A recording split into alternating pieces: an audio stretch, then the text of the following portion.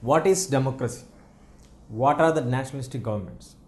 So today's chapter deals in detail how did Europe got the experience or the flavor of nationalism. In order to understand this one, we need to analyze how did the French unification happen?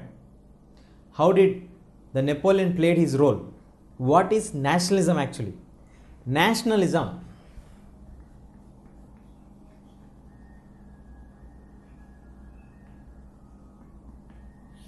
The word nationalism means for us people belonging to one nation.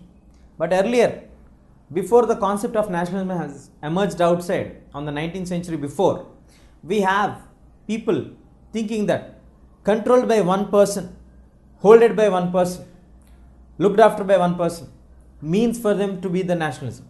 But because of the revolutions which happened in France and the glorious revolutions which happened in England, enlightened to all the rulers, and the people have clearly spread the message that no more there would be control of the monarch, or there would be the control of one person who can control a large group of population on the interest of his personal wish.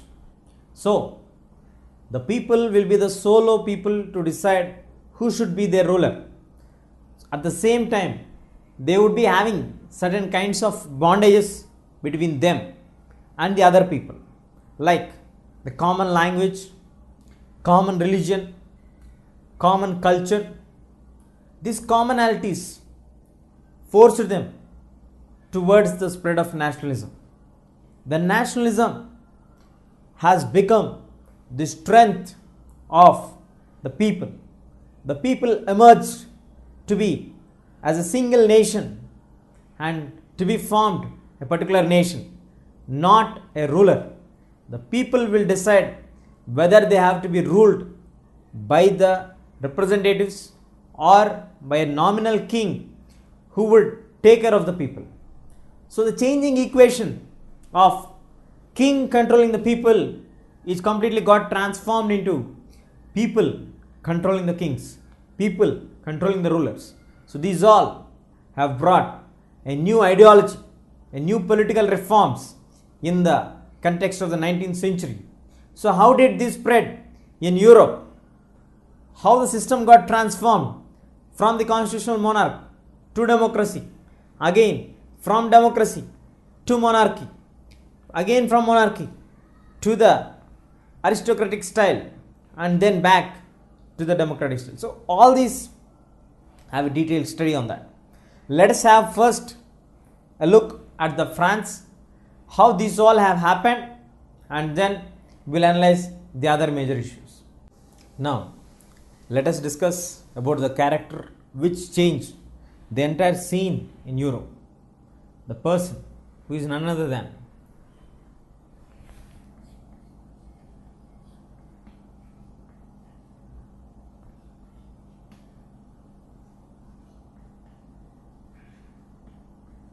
the Napoleon Bonaparte. The Napoleon Bonaparte was a person, or let it be like a leader or a history, whose life not only changed his own life but changed the entire Europe. The entire Europe was struck because of his changes what he brought. He started his life like a normal soldier. He was born on 15th of August 1769 at a place called Ajaccio near Corsica, which were part of France. So initially this boy was interested in studies. He studied geography, he studied mathematics. He was very good at mathematics.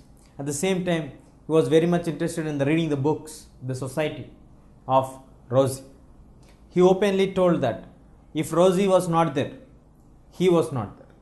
He was very familiar with the words of Rosie and his intention or motivation of changing the society. So this boy, as he grown and became the age of 16 years, he joined in the French army, and during that period the French was in a state of lawlessness, and he did not like this kind of state of France existing. So he wanted the nation to be clearly perfect in administration, in ruling, and all these things. So, he wanted the nation to change its form. So, during his skills were tested or were glorified when an attack happened against him. He defeated the commandos who attacked him, and his fearless fighting made it very clear that he is an extraordinary talented soldier. So, one of the leaders of the reign during the period of terror, the reign of terror, Robespierre, extremely liked the talent of Napoleon and promoted him as a brigadier general. So, when he was promoted as brigadier general, he was made the in charge of the National Guards, where a National Guards meeting was happening. That was happening on 5th of October 1795. So, on 5th of October 1795, when he realized the people and the national soldiers were against the meetings which are happening in the National Convention. So, Robespierre ordered Napoleon to take care of all these things. So, Napoleon with his 5,000 commandos attacked the 30,000 Paris mob and the soldiers in such a fierce way that they got scared and they made them to run away from there. So, with this, his talent was again proven and he was made the military commander of the entire army. With the promotion of this, he got the chance to attack Austria. Then he attacked Italy, wherein he was successful to a larger extent. And when he attacked Italy, he saw the seeds of nationalism in Italy also, because he created the Cisalpine Republic, which gave the chance of the unification of Italy even for a short period of time. So they also tasted what is the unification because of Napoleon's attack on them. But in 1798, when Napoleon went to attack the England army at Egypt, he was defeated by the English commander called Nelson, and finally he lost. But as today we have the breaking news updates coming for us within seconds, within minutes. If the Prime Minister of India visits somewhere which is a holy place, we get it the news at the same spot of time where the live telecast revealed for us. But during those days, we don't have any such kind of live telecast which showcase for us what happened for them.